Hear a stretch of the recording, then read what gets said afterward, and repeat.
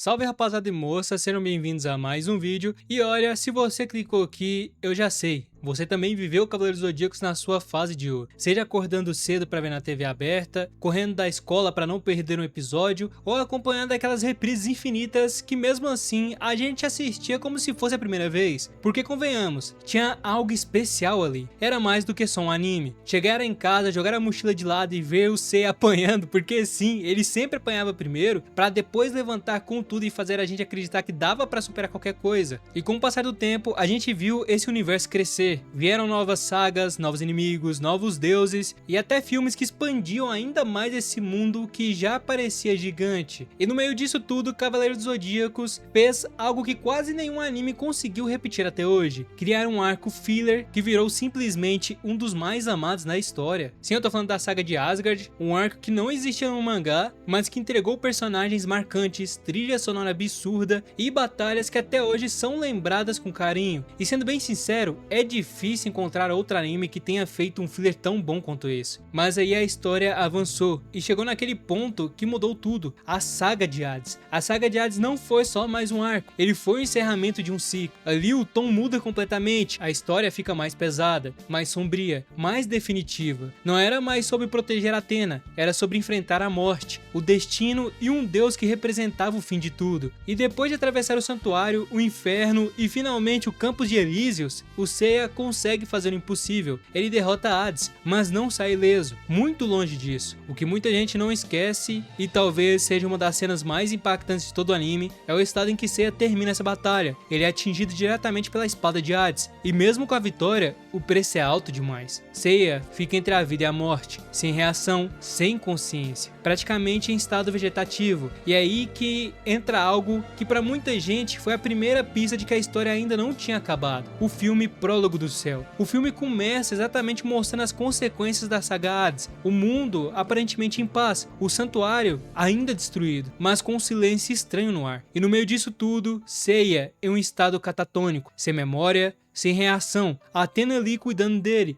não como deusa, mas como a Saori, como alguém que claramente sente o peso de tudo que aconteceu. E só isso já muda completamente o tom, porque pela primeira vez, o herói não está pronto para lutar, ele está quebrado. Somos apresentados então a Artemis, irmã de Athena, e junto com ela surgem os chamados Guerreiros Celestiais. E nesse momento, você percebe a escala mudou, porque até então, a Athena era a autoridade máxima do lado do bem, mas agora ela está sendo julgada. Mas o momento que define o filme não é só a luta, é a chegada dele, Apolo. Quando Apolo aparece, o clima muda completamente. E isso é muito importante, porque diferente de Poseidon e Hades, Apolo não parece apenas um poderoso. Ele não é só um humano que teve a reencarnação de um deus dentro do seu corpo. Ele parece inalcançável. A presença dele é diferente. Ele não vem no corpo de humano, ele vem como um deus. O designer dele, a forma como ele fala, a maneira como ele age, tudo passa uma sensação de que estamos diante de algo acima de tudo que já vimos antes. E isso não é à toa, porque dentro da mitologia e também da lógica do próprio anime, Apolo está mais próximo do topo da hierarquia divina, algo que só aumenta ainda mais expectativa para algo maior,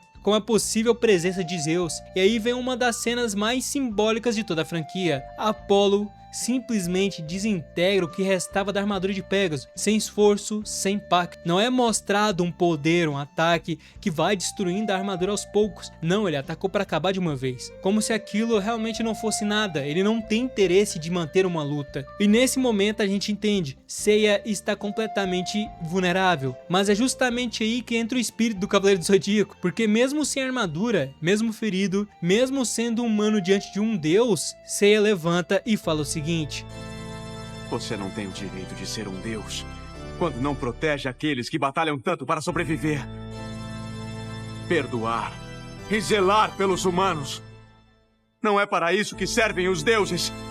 A Saori quer dividir a sua vida com a gente. Ela acredita em nós. Como você pode se chamar de Deus sem sentir amor pela humanidade? Se ser Deus é isso, então eu não preciso de vocês! Não é permitido aos humanos renegar os deuses.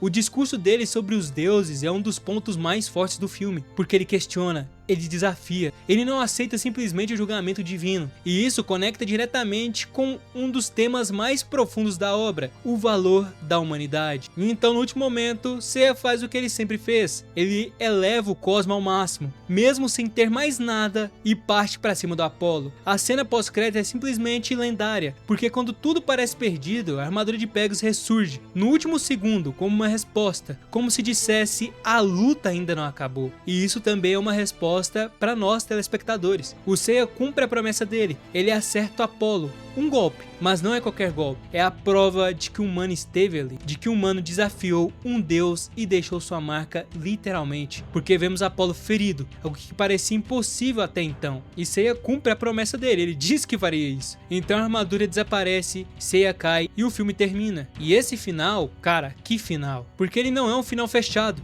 ele é um começo. Ou pelo menos era para ser o começo de algo grande. Na época surgiram muitos rumores, muitas teorias, afinal, essa luta final mesmo, quando acaba o filme, é mostrado que o Seiya tem uma conversa com a Saori, mas como se eles não se conhecessem. E pra quem viu o início da obra, sabe que aquele diálogo não é do início do anime, mas de algo que aconteceu talvez pós-filme, mas que criou uma expectativa de que talvez poderia ser sanado no futuro, mas não é isso que acontece. A continuação até que viria, a chamada Saga do Céu, onde os cavaleiros enfrentariam os deuses do Olimpo, talvez o próprio Zeus. Seria o arco talvez o mais grandioso de todos até então, mas aí veio o balde de água fria, divergências entre Toei Animation e o Masami Kurumada, problemas criativos, visões diferentes sobre o rumo da história e o projeto foi simplesmente abandonado. Isso até hoje é um calo no pé dos fãs, é algo que incomoda, porque diferente de outras ideias que nunca saíram do papel, a Saga do Céu começou, ela foi mostrada, ela foi provada e depois foi descartada. Depois de décadas de espera, depois de teorias, rumores e esperança, a Saga do Céu agora finalmente foi confirmada. Foram anos até aqui. O filme Prólogo do Céu no Brasil foi estreado só em 2006 e desde essa época já fazem 10 anos e só agora foi confirmada a continuação. E isso, pra quem é fã, muda tudo.